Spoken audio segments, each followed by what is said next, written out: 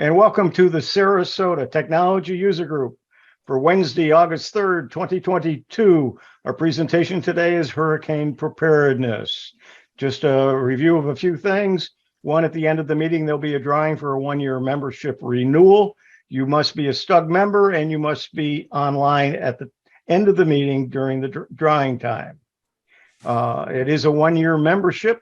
If you are not a member and would like to become a member of STUG, it's $30 for an individual or family, and you can get the membership form from thestug.org and then send it in with your $30.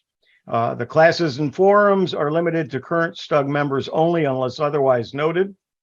The iPad, iPhone applications classes that Bill Crow hosts will be every Saturday, starting this Saturday. You see the titles up through September 3rd for this group, and you do need to register at least one day before the class to receive a Zoom meeting invitation. Include your first and last name and email address and send it to Bill, and that information is in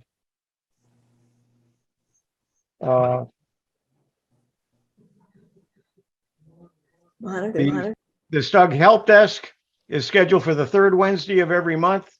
If you have a technology question to ask our tech-savvy people, or you'd rather just sit and learn by listening to others, the next meeting is August 17th from 4 to 5:15. And there is a reminder link that you can get from the newsletters that we send out. I, along with Ron Brown and Bob G., who was on here with us, we host the Tech for Seniors, which all of you are invited to attend every Monday. And then Thursday is Tech for Senior Live. Learning Chromebooks is the fourth Thursday of every month. And you get more information at www.techforsenior.com. I also have a Windows Special Interest Group for the Central Florida Computer Society. And since we don't have such a group with STUG, you are certainly invited to join and invite your friends as well. And just go to huey.net for more information to sign up for my newsletter.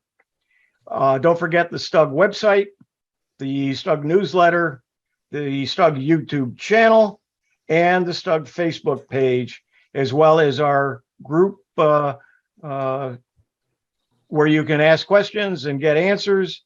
And then don't forget, if you're a paid subscriber to STUG, if you're a member, you should be getting the STUG Friday trending email sent to all current members every Friday. Plus, there are other announcements periodically during the week. Here is your board of directors for 2022. And with that, I'll turn it over to Ann to introduce our speaker. Huey, thank you so much. And it's so great to see everybody here tonight. Thank you for being here. Sarasota County Emergency Management Presentation. The Hurricane Preparedness for Sarasota County Residents. The presentation tonight is given to us by Ed McCrane. Ed McCrane is the Sarasota County Emergency Management Chief. And he has the letters FPEM behind his name, which stands for Florida Professional Emergency Manager.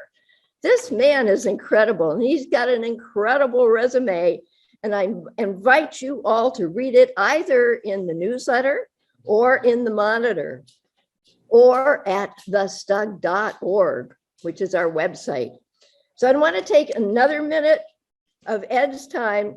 And so we're not going to introduce him any further because you can read all about him. So we all need to hear every word that Ed has to tell us tonight in one short hour. So let's give a warm STUG welcome to Ed McCrane. Ed. Thank you. I appreciate it. It's been like I said, good thing it was that we're at the technology group. There's always somebody that can figure stuff out. Excellent. All right. Thank you. Well, I appreciate this opportunity. I see there's a lot of people on here on Zoom that are interested in learning about hurricane preparedness. You may or may not be from this area, so you're going to hear a lot of things about how we do it here in Sarasota County. The majority of the information is generic hurricane preparedness, but there's a lot of specifics about how we do things here. First of all, I like to show my team. I actually have a 7-person team that works on EM every day. You'll notice there's a position missing.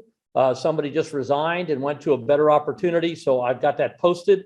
There's applications in the back of the room. Just kidding. But I do have 3 people I'm interviewing tomorrow to hopefully fill that position up. But the 7 of us work every day with every agency in the community. I've been here as the EM chief for 17 years.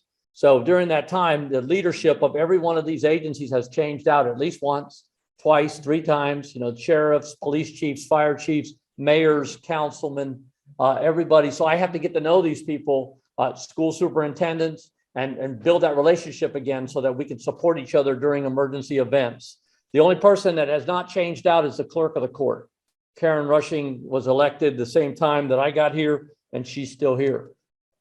This is where we work. The Sarasota County Emergency Operations Center is on Cattleman and Bay Vista.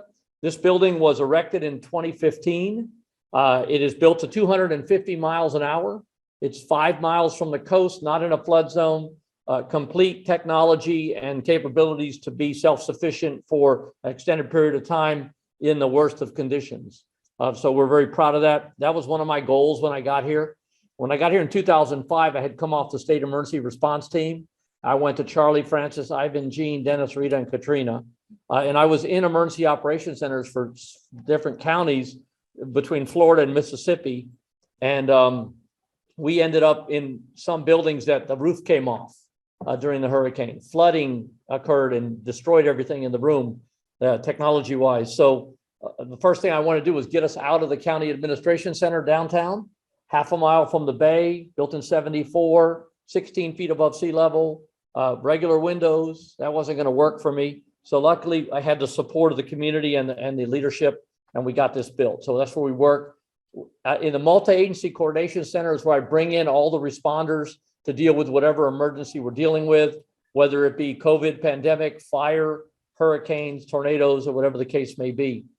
So this year, we're talking about hurricane season. I could talk to you about all kinds of hazards that this area could see, but that would take days. So let's talk about hurricane season. We're looking at 20 named storms this year. We've already had 3. So right now it's been quiet, so to speak. And I hate saying that word because next thing you know, we have one. But you know what they say, June, too soon, July, stand by, August, they start to come. So August to October is our time when we need to be paying attention to these tracks. We have had Alex, Bonnie, and Colin already. Danielle's the next storm. If you hear Danielle, we're on our 4th storm of the season coming our way. This is the cone of uncertainty. The Hurricane Center calls it that because they don't know exactly where it's going to go. But for each day out, there's a continuous error. So with 1 day out, there's still 24 hours out. There's still an error to the left and right of the center line. But you don't want to focus on the center line. You want to focus on the entire cone. And if you notice, this was Hurricane Irma. 5 days before landfall, we were in the cone. The entire peninsula was in the cone. And when you live in South Florida and you have to evacuate, it's not like Alabama, Mississippi, or one of those coastal Gulf Coast states. We can't go east and west. They can go east, west, or north. You just kind of got to go north to get away from something like this. Now, 8 million people evacuated for Irma. Didn't need that many people to evacuate, but everybody was really concerned because it had been the first storm in a long time. What we do as emergency managers is we look at that track and we say, what's the best case scenario for us? What's the worst case scenario? And what is the most likely course that this is going to take? And it actually took the most likely course when it did make landfall. It hit Marco Island after landing on the Keys as a Cat 4, Marco Island in the Naples area as a 3, and then it went right up the spine. We were to the west of it, so we didn't get that many effects. Now, the biggest job that we have as emergency managers is to safeguard, people and property and lives, and do the best we can to get people out of the danger zone. We live along the coast. We have a lot of people that love living along the beach. If I could afford it, I would live on the beach, but I would also have a plan on where I was going to go. I tell people that live on the beach here, you have a beautiful home. You can see the sunset. You can have your boat out there.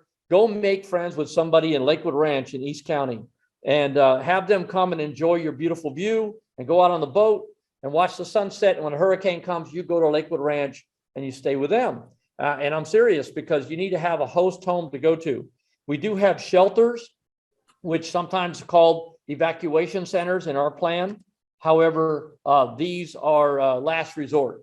The reason our storm surge threat in the Gulf Coast of the United States is so bad is because of the low, shallow waters. Continental shelf goes way out. And then when storm surge does come in, a lot of our island areas, and you cross over bridges every day, whether you realize it or not, even on the mainland side. But to get over to Venice or Longboat Key, Minnesota Key, Siesta Key, you've got to take a bridge, and storm surge can devastate those. So we got to get everybody out of harm's way, away from where the water can come in. This is Mexico Beach in 2018, Hurricane Michael. Mexico Beach is on the Gulf of Mexico. You can see it in the upper left corner of the slide there. That's the Gulf. And then these canals that are dug in to bring people's boats, right up to the back of their house, which is a great feature when you live on the water. However, it also brings the water. So the water, the storm surge of 16 feet came in to both of those canals, and then it washed backwards back to the coast. So it did damage both ways, and it took buildings completely off their foundation. When you see this, that tells you that they have not had a storm surge event there in a long time, and now they have. So when these people go to rebuild, they can't rebuild like it was. They're going to have to put their home on stilts, on pilings 20 feet above sea level to avoid that. And there's nothing supposed to be built down there. The intent is you drive away. When the evacuation happens, the water comes in, goes under your home, washes back out, no damage. So the homes that are being rebuilt there have to be built that way. Hurricanes do a lot of devastation when it comes to debris. Everything that's closest to the shoreline will be destroyed and pushed onto shore. And this is like a seaweed line, right? That's interstate. That's Interstate 45 coming out of Galveston. So you imagine that water came way in Galveston Channel from Hurricane Ike. It was only a Category 2, but it was 24 feet of storm surge. This storm caused the Hurricane Center to do two things. They used to have the category of storm, Cat 1, 2, 3, 4, 5, and then the storm surge, it was coupled with that. So a Cat 1 would bring you 5, 6 feet, a 2 would bring you 10 feet, so forth. Well, this 2 brought 24 feet. So the Hurricane Center decoupled those two things. We have a category of storm and we have a storm surge height, two separate things now. And the storm surge came in 12 hours early. It was only 3 feet deep. It wasn't big waves, but it was flooding the Bolivar Peninsula off of Galveston. There were thousands of people that were ready to evacuate, cars packed. They were going to leave first thing in the morning. When they woke up, their cars were underwater. So they were rescued by jet skis and boats and helicopters, 1,500 people before the storm even got there. So that changed how early they give us the warnings. It used to be 24-hour hurricane warning, 36-hour hurricane watch. Now they've added 12 hours to both of those. And we'll talk about that. Now, it's important when you live along a coast that could be inundated by storm surge that you know what level. And we used to call these evacuation zones, but people confuse the evacuation zone with a flood zone. So we separated that. But this is all how we learn, how people think and how people learn. So know your level is where's your home? Where's your business within those areas? So you can look on an evacuation map that we have. However, you're not going to find your home specifically. If you live in any of the Florida counties, you can go to floridadisaster.org. They still call it a zone. So you go to know your zone, pick your county, and it'll give you the tool that's in that county to determine what zone or level your home is in. So in Sarasota County, you go to scgov.net, Sarasota County Government, right? scgov.net. You'll see this page here. You'll go to where it says, I want to, the yellow arrow is pointing. Then you want to go to find, and down that column, you see my evacuation level. Then you get this tool here. You're going to put your address in that block where the black arrow is showing. As you're typing, your address will start to appear below, but don't select it unless it's the correct address. We have some interesting addresses in Sarasota County. There's a lot of Tamiami Trail, right? And it's north and south and center. So you want to make sure it's the right address with the right zip code. Once you get that, you're going to see the map's going to pop up, and it's basically, it's not going to look like this. It's not going to have you are here, but it's going to show you that little symbol and tell you what evacuation level you're in. So this particular property right here is actually on 41 and Bay Vista. It's the Panera Bread Company next to Michael's on East. So they don't know that they're in a level A red or B orange because they don't see the water. They're not on the water, but Hudson Bayou will bring that water right on in, just like those canals I told you about. These shapes you see off to the side of rectangles and squares, those are mobile home parks. So regardless of where a mobile home park is in the community, it is level A. And our levels are A, B, C, D, and E. A is the red. That's up to 12 feet above sea level. So if the storm surge is up to 12 feet, we're going to evacuate all of the red. And then orange is B, that's about 16 feet. And then green is D, or yellow rather is C. And then you're going to end up there about 23 feet. And then you have the green, which is D, that's about 28 to 30 feet. And then you have the purple, which is about 33 feet. Now, if we get a storm where I have to evacuate A, B, C, D, and E, we are in trouble. The whole county up to I-75 is underwater. So this is why we have to know what level you're on. This is another example that they're not anywhere near the coast. This is Venice Avenue and Jacaranda, the roundabout. So that is affected by the Mayaca River.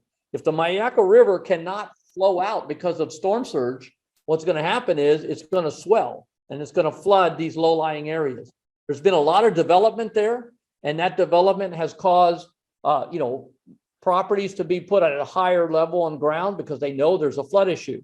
But it's very important to have flood insurance no matter where you live in Florida because of that. You may not need it. You may have paid off your home or your mortgage company doesn't require it because you're in an X zone or whatever, but you still can flood. And people are learning that in states all over the country every day.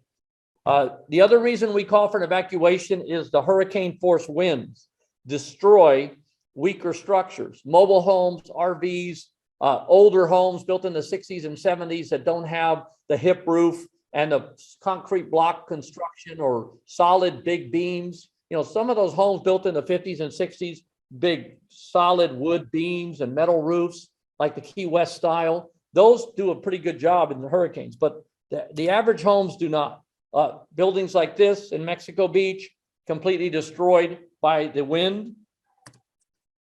Condos that were built in the 60s and 70s along the coast, that are high rises, that fascia or that facade on the side of the building can be destroyed and expose the building. Then you have wind-driven rain, you have mold issues and all kinds of stuff. So that's why you see newer buildings that are built are solid concrete, and the lower floors are not, they're elevated above the ground level. Roofs are very important. In Hurricane Charlie, 27,000 roofs had to be replaced. And if you drive down there now, you'll see, that was a long time ago. That was 2013. August 13th of 2004. And now you have a lot of new roofs. You have metal roofs, and people that did not have hurricane shutters lost their roof completely. So it's important to do that. I talked about this a second ago, the watches and the warnings. You're going to get a hurricane watch along the coast if we're 48 hours before a landfall of a storm, and a hurricane warning 36 hours out. You may have remember about a month and a half ago, we had Alex. Alex was the first storm of the season. It did not form in the Gulf. It formed after it crossed Florida. It formed in the Atlantic near Bermuda. But it was Agatha in the Pacific that caused Alex. The remnants of Agatha tried to form back up in the Gulf. But we had a lot of wind shear and dry air in the Gulf of Mexico, so it didn't form. But the Hurricane Center knew that it could form, and they needed to give emergency managers enough time to warn the public and do what we do. So we were watching it very closely. And what they did is they gave it a name called a PTC, Potential Tropical Cyclone. That's a new term in the recent years that gives us an opportunity to give a storm a name, so to speak, so that they can do the watches and the warnings and a track. And that helps us plan. We were lucky on that one, but some PTCs have become major hurricanes. Michael in 2018 was a tropical depression in the Gulf of Mexico. 3 days later, Category 5 in Mexico Beach. So that's the issue. The other big issue is tornadoes. They're not like the ones in Oklahoma that, or Kansas that launched Dorothy to the Wizard of Oz and all that. They didn't pick up, they don't do that. They're little water spouts. They come from the Gulf. They go onto the land. They become a tornado. They drop down from a severe thunderstorm, do a little damage and go. However, they can be devastating. So you have to remember those are in the outer bands of that hurricane. The hurricane doesn't even have to come here. It could be out there in the Gulf. And if it's big enough, we're going to get it in those outer bands. You need to be able to get a warning. Okay, most of us these days carry a cell phone. It doesn't have to be a smartphone or an iPhone. It can be a flip phone, but you can get a warning, and there's many ways. This whole system of warnings in the United States is called the Integrated Public Alert and Warning System, IPAWS. And within IPAWS, you have all kinds of stuff. You have the emergency alert system that, disturbs your best TV show with that test every once in a while, or in your radio station in the car. You also have your cell phone. You probably got an Amber Alert recently, right? You can get a blue alert if an officer's been shot, a silver alert if a senior citizen with dementia or Alzheimer's is wandered away. You might get a purple alert now for child or an adult that has developmental disabilities and is lost. So there's all kinds of alerts out there. We also have Alert Sarasota County. Every county has an alert system. So if you're from a different county, you need to find out from your emergency management, what is that notification system and how do you sign up for it? It's very important to be able to do that. Hurricane shutters are very important. If you don't have impact windows and you want your home to be protected, because even if you're not going to be there, you want to have those shutters up. Because if you lose a window, the pressure changes, like that diagram up in the corner. The pressure goes from keeping your roof on to lifting your roof up, and then the wind takes it away like an airplane wing. So you want to protect your windows. You want to make sure your garage doors, which is the largest opening to your home, are protected. They're hurricane rated. There's a lot of products out there that people may not be aware of that you need to upgrade your home so that it can survive. Your roof has to be in good condition. A lot of us try to wait, 18, 20-year lifespan on my roof. And it's just, okay, I'm gonna get it one day. And if you don't repair your roof before the hurricane comes, it will do it for you. It will force you to do it. So I like to practice what I preach. Didn't always do that. First year here, I didn't have hurricane shutters on my house because I had just moved here and I was getting into the job. And I was telling people to do this though. So I told my wife, we have got to put hurricane shutters on our house. She said, no, we don't need those. Said, yes, we do. We do. I don't want to be like the guy that, sells shoes and repairs shoes and my kids have shoes with holes in them, right? I've got to practice what I preach. So here are my shutters during Hurricane Irma. And the funny story is I put the steel ones on the side and the back of the house with my wife. We put those up the night before I had to go in. I went to the emergency operations center. We're doing our thing. And I said, look, guys, I have to go home and put the rest of my shutters up because if this thing comes here, I'm in trouble. They said, you got 3 hours. So I zoomed home. When I got home, everything was up. My hurricane screen was up in the back, all my front door, my windows, they were all up. My neighbors were all in my yard. I was like, whoa, what's going on, guys? They said, oh, we saw you on TV. We know you're busy. We didn't know if you're going to be able to come home. Your wife's going to be here. So we wanted to, help you. I said, oh, that's great. Thank you very much. I have about 2 hours left. Let me help you put up yours. They said, well, we don't have any. I said, what do you mean you don't have any? 15 years ago, I put these up and I told you guys you needed to do this. Well, we were going to, but we spent the money on a Disney cruise, or we went to Europe, or we put a new kitchen in. And those are all great things to do, but you need to do this. That was 4 years ago. They ended up all staying in my house for that storm. And they took all the shutters down when they were done and put them away. And I'm grateful for that, but they haven't gotten shutters and it's been 4 years. So I think I know what their plan is. They're probably going to do that again if the next storm comes. But good news is my shutters will go up. Bad news, I'm going to have about 20 people in my house for a storm.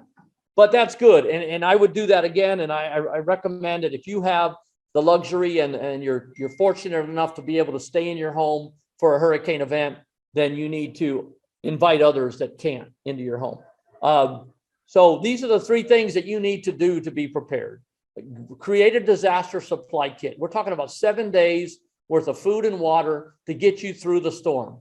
It doesn't have to be gourmet meals, but something to keep you healthy, keep you hydrated, keep you until the stores open up. We're fortunate in Florida that Publix grocery stores learned their lesson from hurricanes Charlie, Francis, Ivan, Jean, Dennis, and Rita, and Katrina. And what they did is they put generators on all their stores. And when they build a new one, it has a generator and a fuel tank. And they also have less windows. The one on 41 is elevated. If you notice, if you've ever gone there, your parking garage is underneath, and the generators and everything are above the ground level. So we may have our stores open sooner, but maybe not. And we also have the supply chain issues and all of that that's going on. So have 7 days worth of food, make a plan, know what you're going to do, and stay informed. Disaster kit is food and water, a gallon of water per person per day. You want to do those types of things. And the disaster kit, and at ready/gov hurricanes or our website, you can see a complete list. The disaster guides I brought tonight have a list. Put that kit together. Everybody in the family should have their own little go bag with your personal items in it, a pair of shoes, change of clothes, hygiene items, so that you can grab it and go. I talk these talks. I've been doing these for a long time. And one of my first ones, there was a 90-year-old woman in the front row. And she said, "Ed, I'm so scared." I said, "Don't be scared, be prepared." And that was like a bumper sticker for a minute. And then she said, "Well, the next year," she said, "I'm not scared anymore. And I put everything in that kit. I've got the whole kit." I said, "That's great." She said, "The problem is I can't move it." I said, "What do you mean?" "Well, she put the whole thing in a giant Rubbermaid container and it was too heavy." I said, "No, you don't do that. You pack your own little go bag and you put the food in one little box and the water and stuff in another box and your supplies in another box. And that way you'll have them where you can move them if you have to get in your car and leave. And you want to take these supplies with you if you go to a friend's house or a center. There's a thing about filling up the bathtub with water, and that's great. But that water is going to get dirty real quick, especially if you have a pet. So you want to do something like this. And I'm not a salesman for the water bob, but the water bob and the water safe, not that expensive. It's a plastic bladder that will fit in your bathtub. You fill it up from the faucet. It'll hold hundreds of gallons of water, depending on which one you get. It'll keep your water clean for up to 16 weeks, holds about 100 gallons, and it has a pump. So you pump it out. You can use it for brushing your teeth, for cooking, for whatever, and it's going to be clean. It's not going to be like just in your tub. Something else you should do if you go on a long vacation or if you leave for a storm is you should freeze a cup of water in your freezer and leave it there. And then when it's solid, you put a quarter on top of it. When you come home, if that is still on top, you're good. You never lost power. If it's somewhere in the middle or on the bottom, it defrosted long enough for all that food to go bad, because you don't want to get a foodborne illness, food poisoning or whatever after a storm. So do that little trick and you'll know whether your food is safe or not. You want to keep a paper trail. This is not just for hurricane. This is all the time. You want to have your important documents inside a fireproof, water-resistant container or a safety deposit box. Birth certificate, marriage license, death certificates, wills, insurance policies. One of these USB drives with photos of your home and your roof and your property beforehand, so you can show the insurance company. Everybody should go through their house and kind of video and take pictures of everything in their house, so that when if there's a destructive, damaging storm and your stuff is ruined or a fire, you can prove to the insurance company what you had.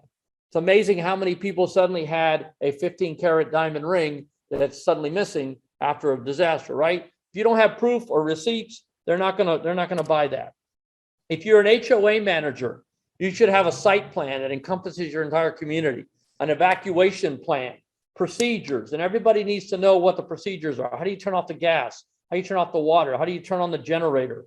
Not just one person that knows all that and has all the keys. Designated meeting place, instructions on how to handle the debris after the storm, important contact list of the owners, insurance information, and again, photos, videos. And today they do something with drones. These companies will fly a drone over your property, over your house, over your high rise, all the AC equipment, and you'll get a good before and after photo. So you have to plan for 1 week. We used to say say the first 72 are on you, 3 days.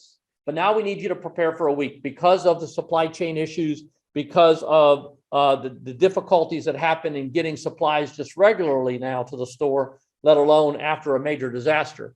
And you need to get your supplies early because people will go there. You won't find anything if you wait till the last minute. The shelves will be bare. The only thing left will be pickles. I've seen it, and I don't know why. I think it's because pickles are better cold, so people don't want to buy any pickles for a hurricane. But there'll be nothing else there for you. Look how fast the toilet paper went during COVID, right? So bottled water will be gone. Peanut butter, canned goods will be gone. So make sure you're squared away for that. Then you have to decide, should I stay or should I go? If you're in an evacuation area that we're calling one of those evacuation levels, you need to evacuate. If you're in a mobile home, RV, or boat, you need to evacuate. If you're not sure about your home safety, you need to evacuate. But if your home was built after 2002, or even some older homes that are built to that standard with good wood, good roof, good shapes, you got tie downs and straps, you got impact windows, shutters, you're not in an evacuation level or a flood area, then you can stay home. And a good way to find out is to do a wind mitigation inspection. You hire this company to come out, a couple $100. They will go through your house. They'll tell you what it can handle, and they'll give you a report. If you get a good score and you got everything, your shutters and all that, then you can give that to your insurance company, and they will give you a major discount on your insurance premium. Mine is like 50% less than it would be without it. If you have a bad score, you'll know what you need to do to get a good score. You might need to go have somebody go up in the roof and add a couple more 2x4s to your rafters. If you have a gable roof, straps, tie downs, hurricane shutters, impact windows, hurricane rated garage door, those types of things will give you a better score. Now, if you determine that your home is not safe to stay, or you're in an evacuation area, stay with a friend or family member, leave the area. You can just go tens of miles, not hundreds of miles. Emergency management, we're going to recommend that you stay at a host home if possible, that's safe. And that's something we ask people to do for their friends. You want to plan your evacuation. Now, that's not an evacuation photo. That's I-75 at 5 o'clock yesterday. Just kidding. That is an evacuation photo back when it was only 2 lanes on 75 over there, wherever that is. And you're going to be stuck. If you go north on 75, you will be going very slow. It will take you 3 times longer to get out of the state of Florida than it normally would on their normal conditions. You're going to run out of fuel because gas stations along the route will be gone. So what do you want to do about that gas station issue? You have a phone. If you have Siri or Google, whatever, you go like this, you go, hey Siri, where's the nearest gas station?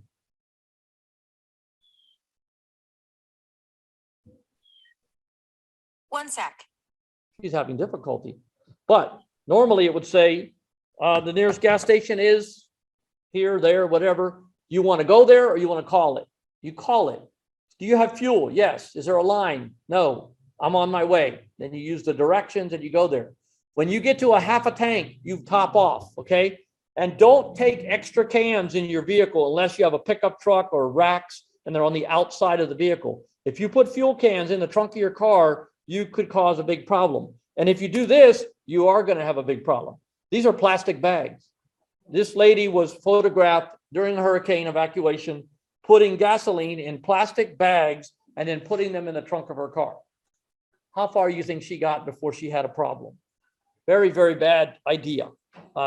So be careful with that. Now, we do have hurricane evacuation centers, and we added one this year. We have 12. They will all open at the same time. These are schools, school buildings that we have checked out that we know are safe for a major hurricane, but they are the lifeboat last resort, okay? This is where you go if you have no other chance, no other place to go, no friends, no family, you're not leaving the area, and you need a place to go. We don't have enough room in there for every single person in the county that may evacuate, but we do have a lot of room for those that need this. You get 20 square feet of carpeting. That's what you get. 20 square feet, about the size of a sheet of plywood. You get to lay down your mat, your sleeping bag, your air mattress, bring your cooler, bring your food, bring your flashlight. And then there will be meals in there from the cafeteria of the school eventually, but we ask you to eat a good meal before you come and bring your snacks, bring your kit. And then you'll be there, you'll get your 20 square feet. Of course, friends and family that are together, we'll try to place them in the same room together. There's groups that do that. They'll come 20, 30 people. They'll get assigned a couple of rooms that connect. They'll end up putting their stuff out, and then some of them will leave and go get more supplies if the stores are still open. So that's what you get. That's what a hurricane evacuation center is. A shelter is the one you see with a cot and the blanket and the 3 meals. That is the Red Cross after the hurricane, when you can't go home because your home was destroyed and you need a place to go temporarily.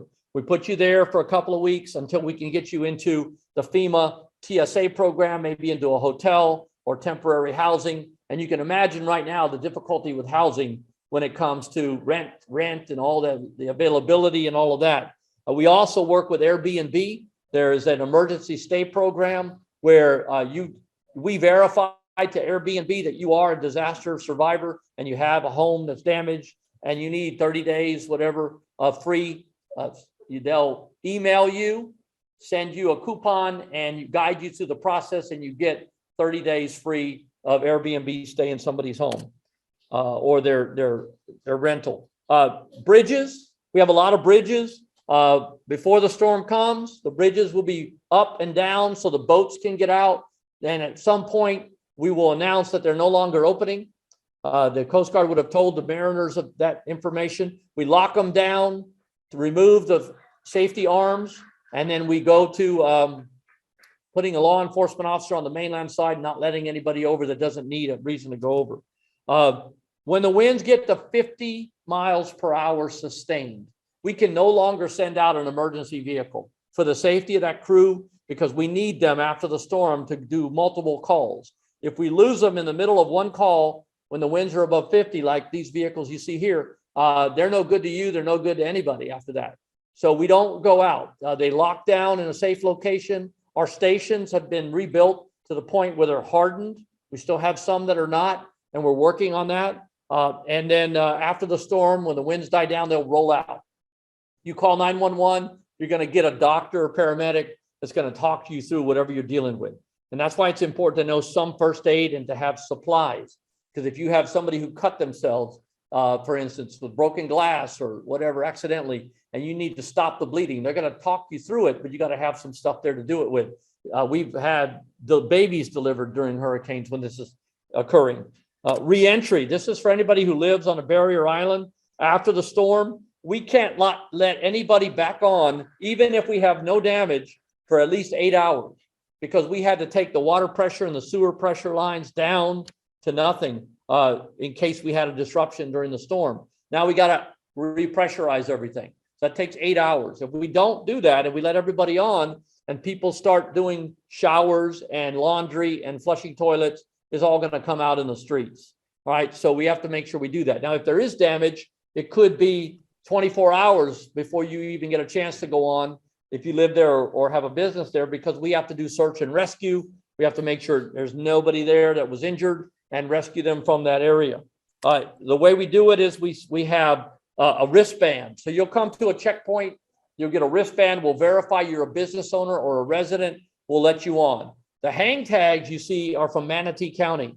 If they lose their 2 bridges over Sarasota Bay, which could happen, then they need to come to our area. If our bridges are still intact, we will honor their hang tags, but we will check everybody in the car and everybody gets a wristband so that we know, because there could be a point when you're walking around because your car can't go any further due to the sand, and we need to make sure you've been checked. We're trying to prevent looting as much as possible, and that's what those wristbands are for. If you have a photo ID that does not have your address on the island, you have to have some kind of photo ID from wherever you're from, along with some type of credentials for reentry, so that show that you have property there. Property tax bill, voter identification, anything like that. After Irma, which was our biggest storm in many years, we had a lessons learned, a lot of lessons learned. So we went and brought in the former FEMA administrator, Craig Fugate, who was the state of Florida Division Emergency Manager when I worked there. He's a friend and he's a Floridian, and he was retired. So he came down with some others, and we did a review of all of the procedures we followed for Irma, and we came up with 93 enhancements to improve our plans. One of those was the transportation dependent plan. People that don't drive anymore, people that only drive a few miles and they're not comfortable going 20 miles from Venice or Inglewood to an evacuation shelter. Can go to a rally point, get on the bus and be taken. If they don't drive at all, they can register for transportation and we'll pick them up at their home. They'll go to scgov.net. I want to register for transportation, put in their phone number, name, address, and we will pick them up. If they can drive to a rally point, we'll announce those locations and they'll be marked with a flag. You know how you see the taco truck or open house flags that are vertical? It'll say rally point with Sarasota County's logo on it. Our SCAT and our school buses will be transporting people there. After Irma, we made all of our evacuation centers pet friendly because we only had 5. Well, we had more than anybody in the state, but people were showing up at the peak of the storm with a cat or a dog under their arm, wet, and the principal of the school, who's the facility manager, when we activate, said, you know what, come on in. We're not going to send you 5 miles away in this storm to another one that takes pets. We'll just take the pet. Those pets destroyed carpeting. They destroyed all kinds of stuff. So we had to replace all of that. And the school district said, you know, this is going to happen again. We broke records in Irma. We sheltered 20,000 people, 3,000 pets, opened 13 facilities to house people. So this is going to happen again with another big storm. So let's make them all pet friendly. So we found rooms in those schools that have tile or carpet, or no carpet, but tile or concrete or layout tarps. And every school has a location for dogs and cats. Leave your alligators at home, please. Leave them in the pond. The other program is medical needs. People who are oxygen dependent, power dependent, mobility issues, live alone, have nobody to go to, they need assistance. They can register for this program by going to scgov.net. I want to register for medical needs. They can fill out the form online. They can print it, mail it in. If they can't do any of this, they can call 311, which I'll tell you about in a minute. It's the old 861-5000 number is now just 311. They can get one mailed to their house and then send it back in. They get 60 square feet for themselves, their caregiver, any children that are, high school age or lower that live with them that they want to come. We put their oxygen concentrator in the wall, plug it in. If we lose power, we have a backup generator there that runs the whole school and the AC. And then if that fails, we have tanks as a backup. So we always are ready for the worst case scenario. But that's a program you need to be registered in. During Irma, I was dealing with 2,000 people in this program. We communicated with them. We were transporting them, and 800 people wanted to be in the program that day. They showed up at the EOC in wheelchairs with their form. Please join. Let me get in this program. That's not unacceptable. We did what we could. We got all those people in, and fortunately, Irma did not affect us that severely, and everybody was okay. We developed a color code system, red, yellow, green. If things are bad in the community, we don't want you out on the roads, it's red. If there's hazards, but you could travel if you have to and proceed with caution, watch out for debris, watch out for, don't drive through flooded roads, treat four-way signals as a four-way stop if their light's not working, and green, we're back to normal. After the storm, you want to be careful cleaning up. You don't want to push yourself in the heat. You want to be careful with chainsaws. After Hurricane Michael, a law enforcement officer and a firefighter who both worked the storm, helped people. They were off after working many hours, went home, and instead of going to rest, they went and helped their neighbors cut trees off their houses. When the wind twists a tree trunk and you use a chainsaw and it hits that twist, the chainsaw will kick back up. Both of them were killed by chainsaws, and they were trained professionals. So you got to be real careful. You got to be careful on ladders. You got to be careful with power lines. You want to make sure you're watching yourself and hydrating in the heat. You want to be careful of damaged buildings. You don't want to mess with power lines. You may come out of your house because your power's out and you see a power line in the driveway. So you go to pick it up and move it and you are now shocked. So the power is out in your home because that power line is broken off your house. So don't touch power lines. If it's touching water, you could be electrocuted.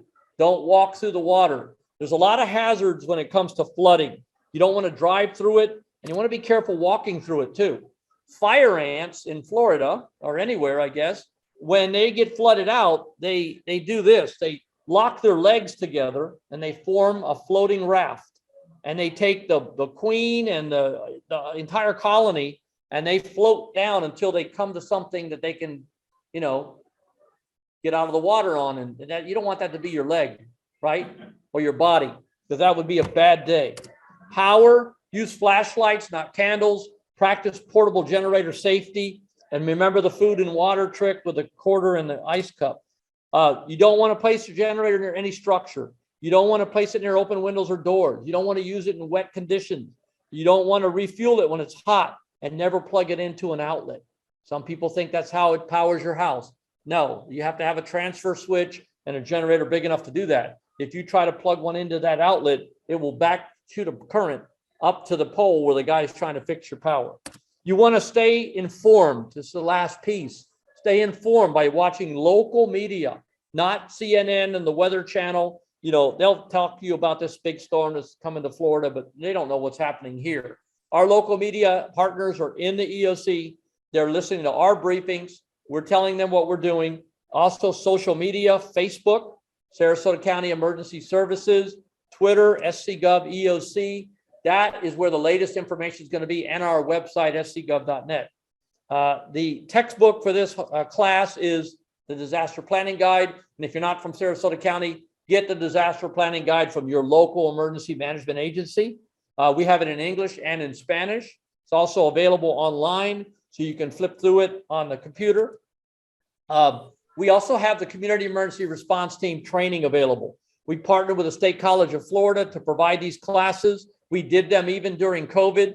We've trained over 150 people. We've trained trainers in communities. Matter of fact, a couple of days ago on Monday, I did a Monday, I believe it was, I did a symposium in one of the communities with 10 neighborhoods that have CERT teams. So if you're interested in that, you can sign up with us or go to our website, type in CERT.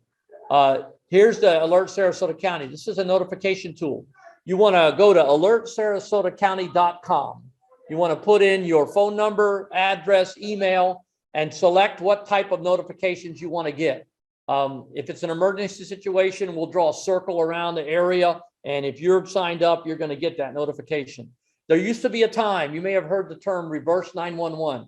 There used to be a reverse 911 when everybody had a landline that was connected to a copper wire, and everybody had one, and we knew your number and we could call you. Now people have cell phones with area codes from other areas, and you know, we have no idea how to get a hold of you unless you're signed up for one of these. So you want to do that and stay informed. If you'd like to get little text messages on your phone about something that's going on, you can go to we have an Everbridge tool. So you type the word storm ready. You text that to 888-777, and you'll get a little text message. And then whenever we put something out, you'll get a text message that looks like this on your phone. If you want to still know about COVID-19, because it's still out there, and we haven't said much about it lately, but it's SRQ COVID-19. Send that to 888-777. If you happen to be from Manatee County, you can type in Manatee Ready as well, and you'll get little notifications. Sarasota County recently went to 311. This is a new tool. If you have a smartphone and you like to use apps, you can get the 311 Sarasota 311 Connect app. It looks like that, and you can download that on your phone. And what this will do, it will get you connected to Sarasota County if you have an emergency. If you have a not an emergency, that's 911. But if you have a question or concern, if you see a hazard, you can take a picture of it with location and send it in. They'll do a work order and get that fixed, or get that tree cut out of the road, or fix that pothole, or whatever it is. And also during an emergency, you dial 311 during an emergency situation, and you have questions, you can dial 311. Where's the shelter? Where do I get food? Where do I get water? And things like that. So anyway, that kind of concludes what I came to talk about today. There's a lot more information in that disaster planning guide. And again, if you're not from this area, I encourage you to connect with your local emergency management agency and get that information. Now, do I have any questions? Anybody in the room? Yes, sir. Driving through the hurricane years ago, gas stations had gas but didn't have generators to pump the gas. Have you noticed a change in gas stations getting generators? Yeah, after the 04 and 05 season, the Governor Bush at the time, made an order that all gas stations, and state legislature did it in 2007, all major gas stations that have a certain amount of chains or they're within a certain distance from the interstate must have a generator or a generator transfer switch, so a generator can be hooked up to pump that fuel out of the ground. New gas stations that are being built are required to have it. They don't have to have a full generator. They can have the transfer switch and have a generator brought in and hooked up to get that gas out of the ground.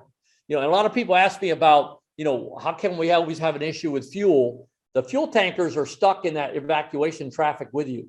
They do a dump, and until somebody invents one that flies and lands and takes off like a helicopter, we're not going to be able to solve that issue. That's why it's important for you to top off your vehicle when you see there's a thing coming, and then top it off if you're evacuating when it's half a tank. Use that tool I talked about, Siri or Google or your internet search, and find a gas station off the beaten path, away from the evacuation route that's going to have fuel for you. Good question. Anybody else? Now, how do I get questions off of Zoom? Anybody monitoring that? Yeah. If you would stop sharing, and then we can see if somebody has a question. At the top, Okay. there you go. Okay. If you have a question, you can raise your hand with the reactions button. You'll go to the top of the list. If not, kind of shake your hand, and maybe we should be able to see it. Oh, good. Are there any questions from the audience? Could you repeat the text message and the text number? Yeah, the number is 888-777, and the message is either storm ready for hurricanes, one word, no space, and then for COVID-19, it's SRQ COVID-19. Again, the number is 888-777. Yes, in the room. Will this slide presentation be available to us online? Well, I put it on the desktop of this laptop, which is not mine, so you feel free. It's very difficult to email this because it's huge. I like to put a lot of photos and stuff in there to make it interesting. So it's very huge, like 80 something megs. So if you have USB drives and you guys want to share it, you're welcome to. We also will put it on our. Can you PDF We will it if you do that? We will post the recording on our YouTube channel, and if you get the presentation to our webmaster, and somebody can do that for you, if you'll get it to them, and it'll get posted, and there'll be a link on the website. Okay. And like I said, if you send it out, I'd appreciate if you PDF it. People will get it easier, and then they can't change my slides. Yeah, that's fine. Yeah, I'd be glad to share it. There's a lot of good information on it. Feel free to, pass it on. And if somebody has a neighborhood or a civic group or something they want me or one of my staff to come speak at, we'll be glad to do that. And just so you know, I don't use Facebook and all that, but I do have LinkedIn and Twitter. On LinkedIn tonight, when I leave here, I will post that I spoke to your group. Library patrons, the time is now 7:30 and the library will be closing in 30 minutes at 8 o'clock. If you would like to apply for a library card, please do so now. Patrons, all printing will need to be completed by 7:45. The computers start shutting down at 7:45. The outside guards will be closing at 7:45. We're waiting on library messages right now. Gathering your materials, all rooms must be vacated at 7:45. All right, I think that's all her messages. But I'm going to post this on LinkedIn that I spoke to your group and kind of give you credit for, get your group a little notoriety there. So if any of you are on LinkedIn, you'll see that. Anybody else on the computer or in the room have any other questions before I pack up? Probably. Well, how does the hurricane affect the internet? How does a hurricane affect the internet? Well, You're talking about all these things you can see and do and stuff with your phone and so forth. How much will it be affected to where? well, you do these things before the storm hits. These are tools. These are preparedness tools, their information before the storm hits. You need to have a battery operated radio to stay informed on what's going on, because that's the only thing that's going to be working if we lose power. The internet is going to be as effective as the cell towers and all of the signals that are out there, how they're impacted, how power is impacted. It could be working, could not. A lot of times it's a good idea, like if you have your cell phone, everybody has a cell phone now, even little nine-year-olds, you know, so that usage is what's going to jam it up. And so you want to try to minimize calls. You want to let your family members know before the storm, if they're from another state, what your plan is, that where you're going to be so that you're safe, and then send a text message or use your social media, something that's silent, something that will travel. Text messages travel on a different network than cell calls. They're easier to get out, but we're definitely going to have an issue. I'll tell you what happened in Hurricane Michael. It was so bad. The communications were knocked out so bad in Bay County, which is Panama City and Mexico Beach and that area, that the 911 calls that were coming in from people in that area that did not evacuate, and they were able to get a 911 call out, they were going to Tallahassee. They were going to Alabama, Dothan, Alabama. So those people that got those calls couldn't do anything for them. And they had to bring in the military and get them in there and set up satellite link up communications like you're in a combat zone. That's how bad communications were. Our area should not be that devastated as far as the communications network will come up quicker, because we do have I-75 and all these east-west roads that will bring in Comcast and AT&T and all that. They do have some new technology that will go up. There's drones that fly around that have a signal. There is a balloon that they can put up that has a cell signal. Publix has an agreement with Verizon to put up a COW, a cell on wheels, which is a small cell tower. They'll park it behind the Publix, hook it up to the generator, put the antenna up, and people within a certain radius of that Publix will get a signal. So there's a lot of stuff, but I would count on nothing working for a while, and then eventually things will start coming back online. The key you want to have is a charger, like a little battery pack that recharges your cell phone, your car charger, so you can charge it in your vehicle, things like that. So be ready. We could go back to the Flintstones when a storm hits bad enough, and that's what happened in Mexico Beach. Nothing worked. The emergency operations centers were knocked out. We just have to bounce back. But the good thing is we will bounce back. We'll bring in the resources. Having worked for the state in 04 and 05, I can tell you the state will come and support us. They will bring in resources. Counties that were not affected by the storm will come in and help. And so we'll have the help, but we need every individual to do their part and be ready. Okay. Anybody else on Zoom? All right. Well, do you have a favorite people that you advertise to ensure your garage door and your windows, companies that are reliable? Well, as a public official, I can't recommend any particular company, but I will tell you that there are a lot of them out there. You could search online for hurricane rated garage door, and there'll be multiple companies. What I do when I did my shutters is I said, I invited 4 of them to come, separate times and days, and I compared their prices and then played them against each other, right? Hey, this guy's offering me this, and this guy's offering me this. So you can do that and negotiate with them and get the best deal. Depending on the size of your garage door, whether it's a 2-car, 1-car, whatever size it is, it could be anywhere from $600 to $1,000 to replace that garage door. But it's definitely something that you want to think about.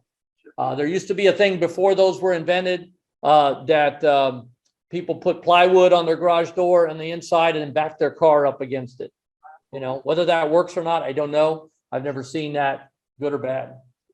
Thank you. Anybody else on Zoom? All right, Ann, I think we're done. Thank you very much. Thank you very much. Welcome. Wow. Well, how do you feel now? Are you ready? Are you ready? Don't be scared, be prepared. That's right. Don't be scared, be prepared. Doesn't matter what age you are, 90 or under. Okay. Thank you so much, Ed. That was terribly informative. And we're very glad you were here to tell us all about it today. So before any of the rest of you leave, and there are not as many of us in the room back here, of course, we were all scared of that storm out there. It was bad enough, right? Ed even told me there was I think there was an accident on Geneva and Clark just before we got here. So that's why there's so few of you, I'm sure. At any rate, we're hopefully none of us are in that. We also have this evening to choose somebody from somewhere, either here at the library or you all at home, to be the winner of our 1-year free membership in STUG. Lucky you. And the winner has already been picked. I'm just wondering if you are here. I'm going to look and see.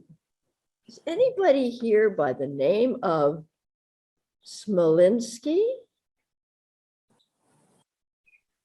Is there a Dave Smolinski? And if I hear you shouting at me, I'll know you're here. Dave is from Sun City. Ah, Dave, put your microphone on right now. You are off microphone. Dave Smolinski, are you awake? Are you there, Dave? Are you awake? Going once. For Dave, going twice. For Dave. Dave, I'm so sorry. I don't know if you're there or not. However, we have somebody who may also be there, whose name is Dennis K. Dennis. From West Bend, Indiana. Oh, that's Wisconsin. Oh, is that Wisconsin? Yep. I'm going to pass because I won in June. Oh, Dennis, you are marvelous. Well, that is fantastic. I'm so glad you won in June. But since you already have one, we will go on to number 3. I'll go back to Dave Smolinski one more time. Dave, are you there? Dave, if you can't turn your microphone on, if you put something in the chat box and just say, I'm here, we'll know that it's you. There is one in the chat box. Bill, there's one in the chat box. Yes, he has signed in and it says, hi, this is Dave. So he is online. Apparently his microphone isn't working and he doesn't have a camera set up. Oh, So, there he Smolinski is. there. There he is from everybody. Dave, we're just delighted that you came back to us eventually. And now you are our winner for August. And thank you very much for showing up on chat. Even you did it the best way you could. That's what technology is all about. Thank you so much. Thank you everyone for coming. We have to get out of the library, so we're on our way. We will see you all next month. Thank you, everybody. We're Same time, same station. recording, and then the recording will be on YouTube in the next few days.